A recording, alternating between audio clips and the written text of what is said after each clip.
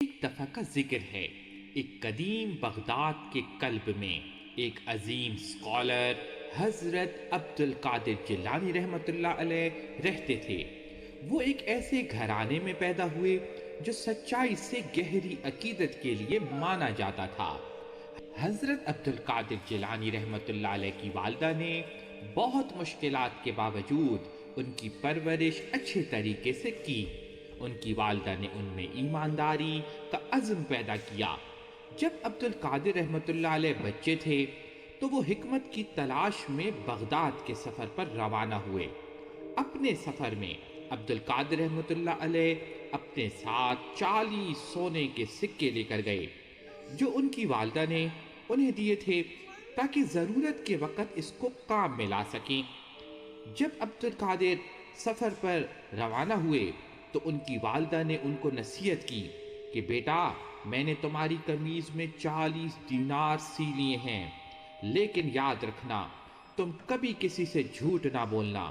جب عبد القادر رحمۃ اللہ علیہ اور ان کا قافلہ ایک ویران رستے سے گزر رہا تھا تو ڈاکوؤں کے گروہ نے اچانک سے ان پر حملہ کر دیا۔ قافلے کے ہر فرد کا سامان لوٹنا شروع کر دیا۔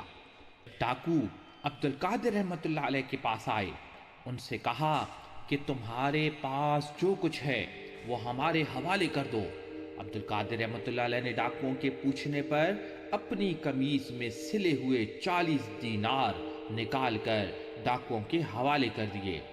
ڈاکوؤں کو یہ دیکھ کر بڑی حیرانگی ہوئی اور انہوں نے پوچھا کہ اگر تم چاہتے تو یہ دینار ہم سے چھپا سکتے تھے، لیکن تم نے ایسا نہ کیا۔ اس پر عبد القادر رحمۃ اللہ علیہ نے جواب دیا کہ مجھے میری ماں نے نصیحت کی تھی کہ بیٹا، کبھی کسی سے جھوٹ نہ بولنا، چاہے تمہارا کتنا بڑا نقصان ہی کیوں نہ ہو جائے۔ عبد القادر رحمۃ اللہ علیہ کی سچائی کو دیکھ کر ڈاکو حیران رہ گئے۔ ڈاکوؤں کے لیڈر کو گہرا احساس ہوا۔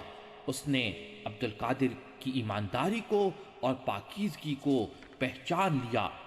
ڈاکو نہایت شرمندہ ہوئے اور اپنے گناہوں سے توبہ کر لی، اور عبد القادر رحمۃ اللہ علیہ اور اس کے قافلے کا سارا سامان واپس کر دیا، اور یہ عزم کیا کہ آئندہ ہم کبھی بھی کسی پہ ڈاکہ نہیں ڈالیں گے۔ اس طرح عبد القادر رحمۃ اللہ علیہ اور ان کا قافلہ آگے اپنے سفر پر روانہ ہو گیا۔ پیارے بچوں، آئیں ہم بھی یہ عزم کریں کہ ہم نے کبھی بھی کسی سے بھی جھوٹ نہیں بولنا۔